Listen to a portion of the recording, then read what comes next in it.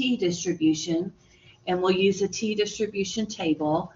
I'll show you the table, but once again, we'll probably use our calculator on it, so you don't have to look at the table.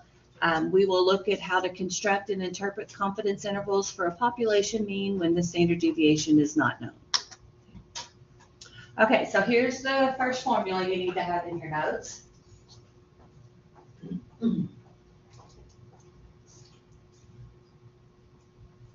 So when the population standard deviation is unknown and the sample size is less than 30 and the random variable x is approximately normally distributed, then it follows what we call a t distribution.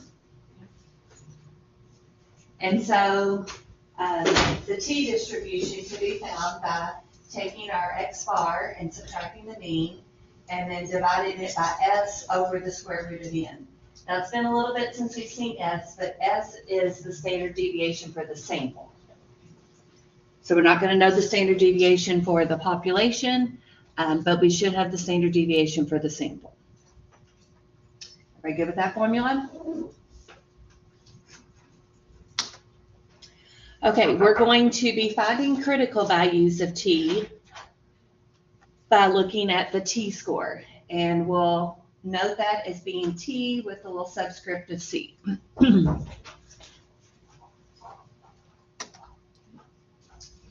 Okay, here are some properties of the T distribution. The mean, median, and mode of the T distribution are equal to 0. So I'm feeling like, Addison, this might be why, like maybe you were doing a T distribution where it has to be 0. Yeah, I would change it. Okay, we'll look at it when you find it, okay? Okay, the T distribution is bell-shaped and it's symmetric about the mean. The total area under a T curve is 1. But then the tails in the T distribution are thicker than those in the standard normal distribution. However, when you're looking at the standard deviation of the T distribution, it's going to vary with the sample size, but it'll be greater than 1.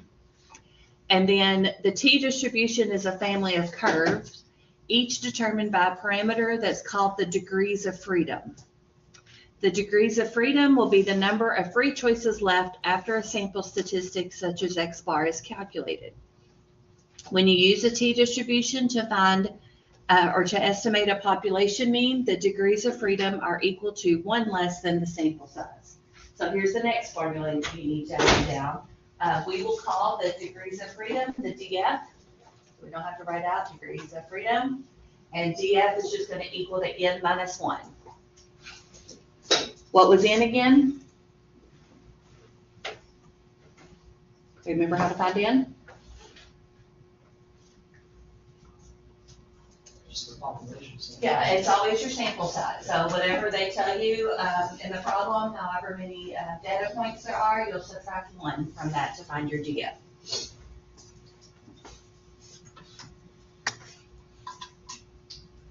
Okay, and then as the degrees of freedom increase, the T distribution approaches the normal distribution. And when you have 30 or more degrees of freedom, the T distribution is really close to the standard normal distribution. So you can see here on this black graph, the DF is 2, so that means our sample size was just 3. Look how thick that tail is on each side. Okay, but then when our DF is 5, which means that our sample size was 6, it's not quite as thick. Okay. That blue curve represents our standard normal curve. So as that DF is larger, or as your sample size gets larger, it's going to look more like our standard normal curve.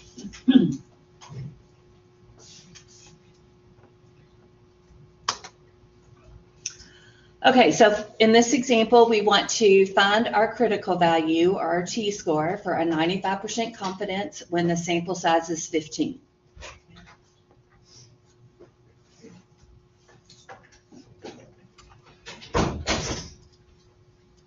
Make sure I'm recording here.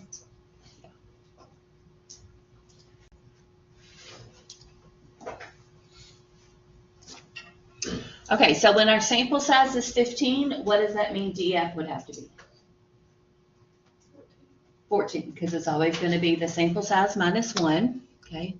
And so if you're using the chart, and most of the MyLab problems have the link to the chart, you would look up 14 on the DF, and then you would look up your confidence level, which in this case is, in this problem, it's 95%.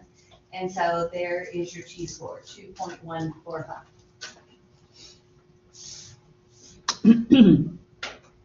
So what that means is when you're looking at your curve here, the 0.95 is here in the middle. Your T-score is 2.145 on the right. Means that you're going to have negative 2.145 on the left because this is symmetrical. And so that means that you have 0.05 left to split between the tails, leaving them at 0.025 each.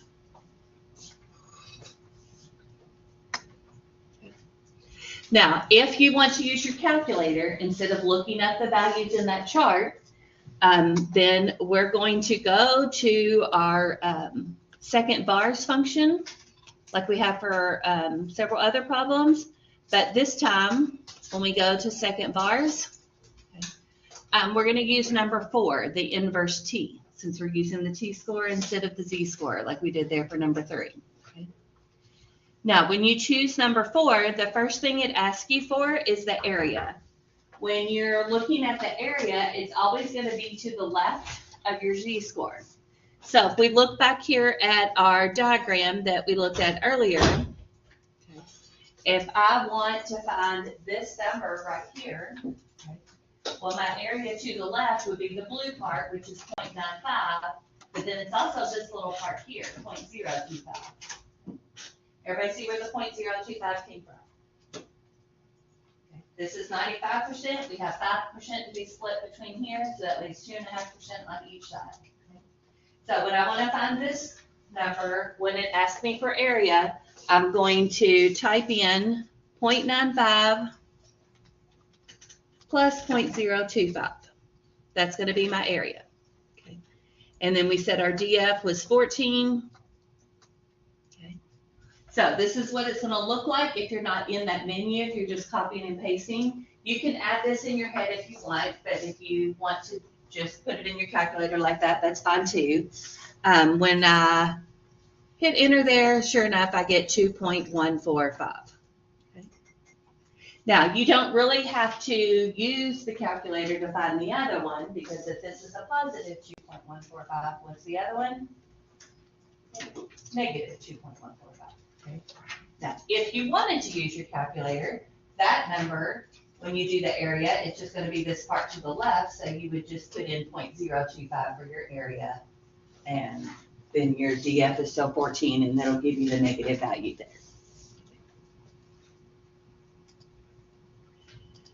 Any questions on the calculator part there? Okay. So you can use your table. Okay, or you can use the calculator if the table is not handy.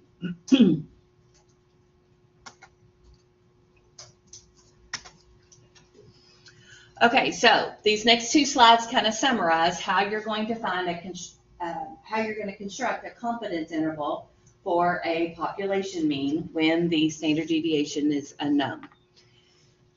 So we want to verify that the standard deviation is not known, the sample is random, and the population is normally distributed, or n is greater than or equal to 30. Then we want to find the sample statistics, n, x bar, and s. Okay. These were the formulas we learned back in Unit 1 for those, but if you remember from yesterday, we said you could also use that one variable stats and just type in your information, and it will give you the X bar, and it'll also give you the S. Okay. So if you have a list of data, that would probably be easier if they don't already give you that information in the problem.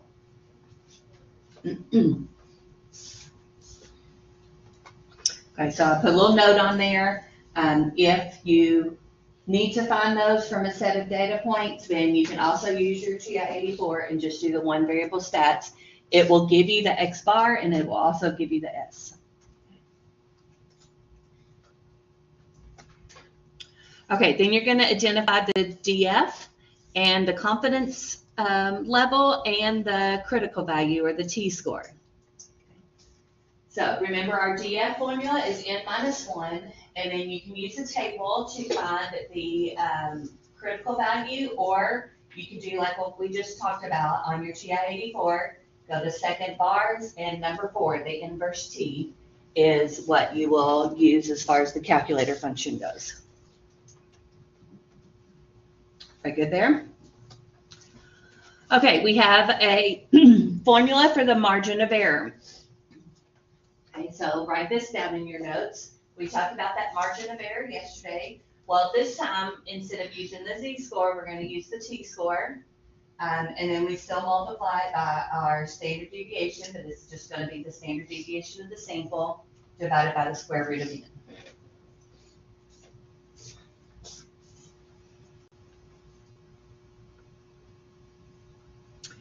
Then once we find E, in order to find our confidence interval, those endpoints for that, we take that E value and we add and subtract it from the X bar to get our left endpoint and right endpoint.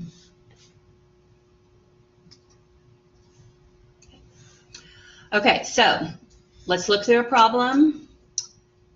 Get my pen going. And on this, we're going to construct our confidence interval. We randomly select 16 coffee shops. So what's 16? Yeah.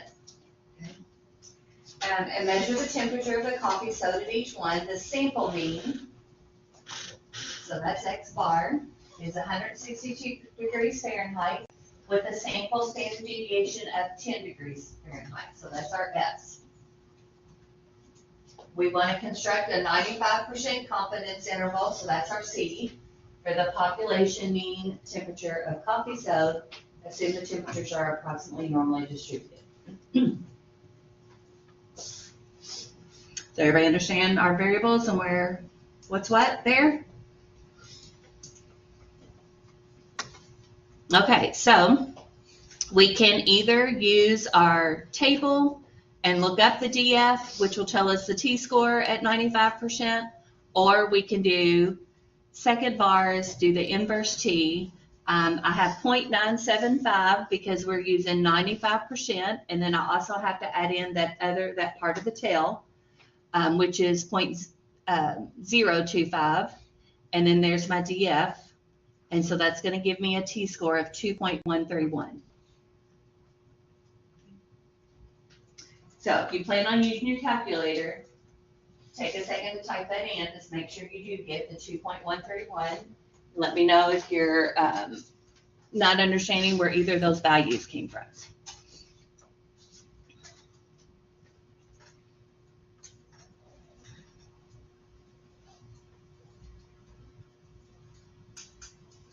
Everybody good there? Okay, so now we need to find our margin of error. So that t-score of 2.131 is our critical value there. Then I multiply by my S. Well, we said on the previous slide that 10 was our S. That was our sample standard deviation. And I divide by the square root of 16. When you put that in your calculator, you should get about 5.3. So now I'm going to take this 5.3 and I'm going to add and subtract it from my X bar. And that'll give me my critical values. So my left endpoint will be 162 minus 5.3. And my right endpoint will be 162 plus 5.3. So that gives me the confidence interval from 156.7 to 167.3.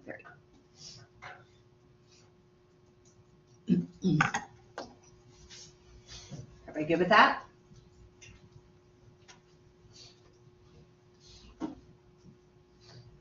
So there's what it looks like on the graph. And this means that with 95% confidence, you can say that the mean temperature of coffee sold is between 156.7 and 167.3 degrees Fahrenheit.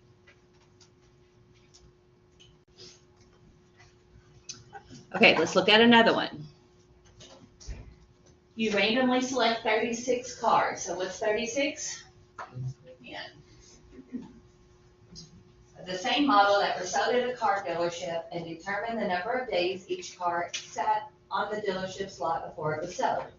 The sample mean is 9.75 days. So I can label that, S. That should be X bar. With a sample standard deviation of 2.39 days, so it's 2.39. S. Construct a 99% confidence level, so there's my C, for the population mean number of days the car model sits on the dealership's lot.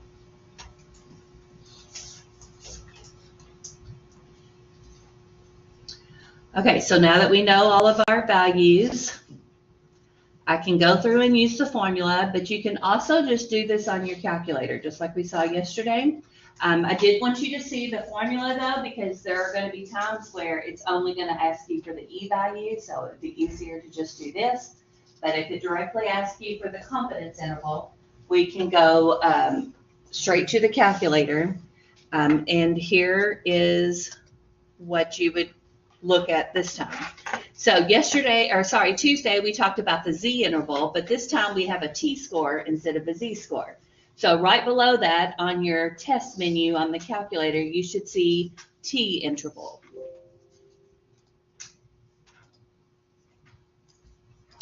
So when I go to stat and over to test, number 8 is T interval. Okay, we can type in our X bar, which in this case is 9.75. We can type in our S, which we said was 2.39. Our N was 36.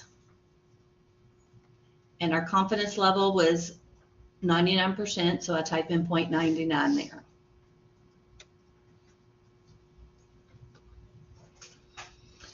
Okay, that gives me an interval of 8.665 to 10.835.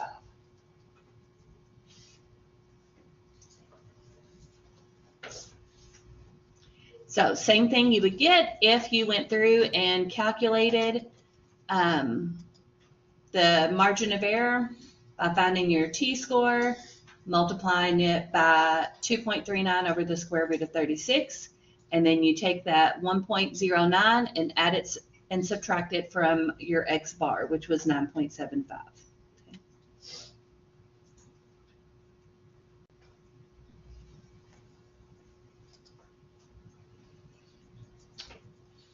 Okay, so as we learn more calculator functions here, it's going to be easy to get mixed up. When do you use which? Okay, big thing here is when you're using the T-score, you're going to do the T interval. When you're using the Z-score, you'll do the Z interval.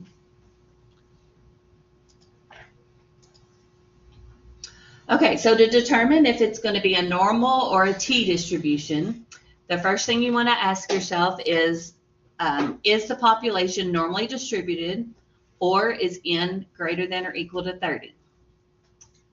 Okay, if the answer is no, if it's not either one, then you cannot use the standard normal distribution or the T distribution. If the answer is yes, then you ask yourself, do you know the population standard deviation? If you do, that's when we use the standard normal distribution with our Z-score. If you do not, then we use the T distribution with the T-score and the degrees of freedom.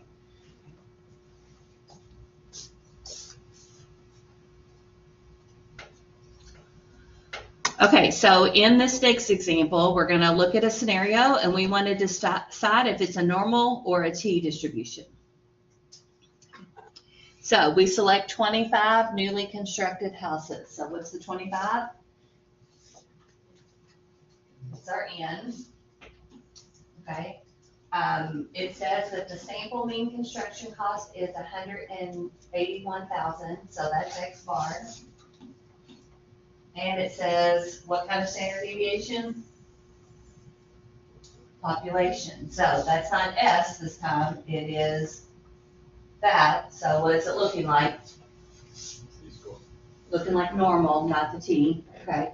Assuming construction costs are normally distributed, okay, should you use the normal, the T, or neither to construct a 95% confidence interval for the population? So there's our C. So yeah, since it told us the population standard deviation, it's looking like it's gonna be a normal. Okay, and it said that it was normally distributed, even though we had an N value of 25, which is less than 30. Okay, we can check off this part.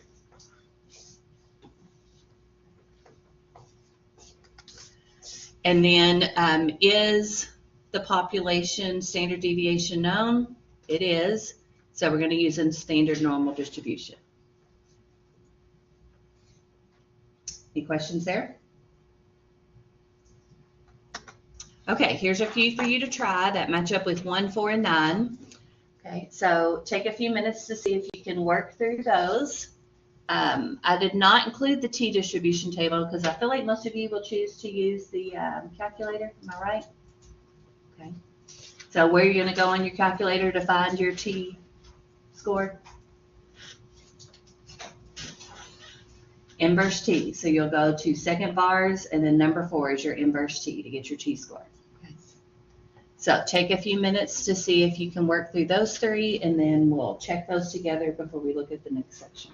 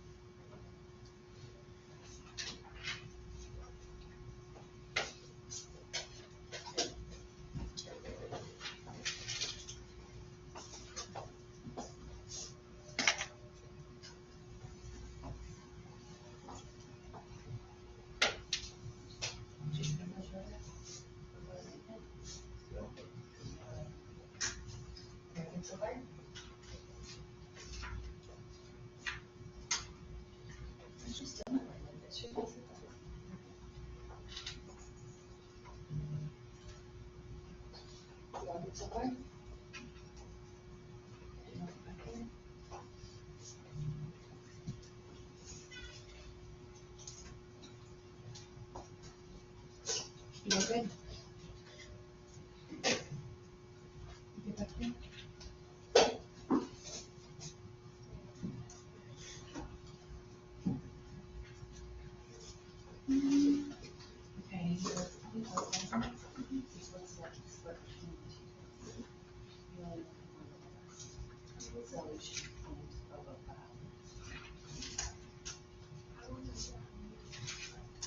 And it's always going to be to the left. To the left. Until next week. Because it will make sense. All right, how's it going? Okay. Was he giving you an answer at 0? No, it was, It was just changing that name. that's when we went to, because we would switch between the one ball number list, and it was, sometimes we switch between C and M, and that's a big one. Who was feeding me this? Sure.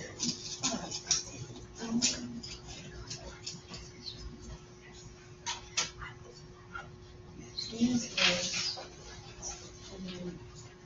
and then, same with the English name or sign, and then one of them, like, with the parentheses in this part, it was student, and it was just like, inverse one. So whenever, this is right, because some things we would subtract and then divide by 2, it was fine. So that's, I think the T distribution to it was good. I think it was between those 3. I'm trying to figure out exactly how it was. It would just be like when I would list it.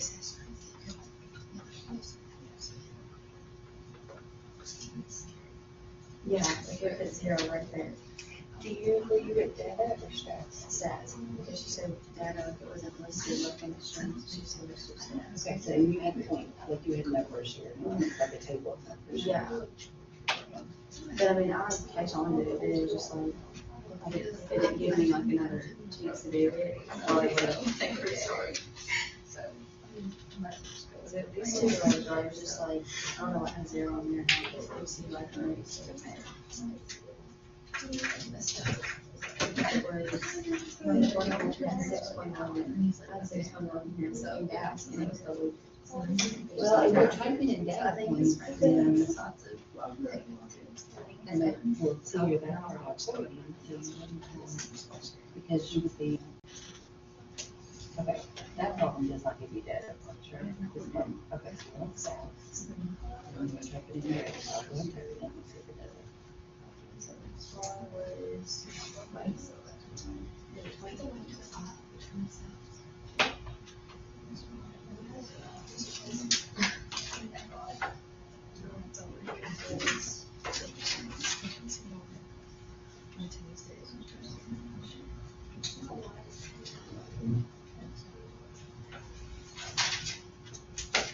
Sometimes I'd be right, you know, against another, if there's something bad, if you wouldn't, the numbers would be right, you'd come back to.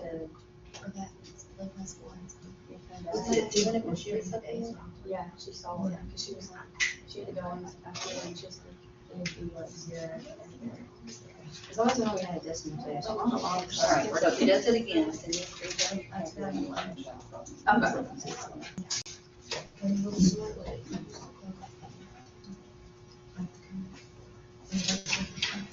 Say my name or time.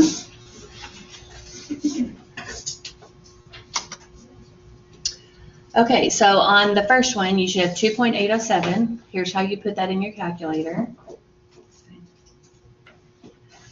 On the second one, you should have 2.4. Here's how you put that in your calculator.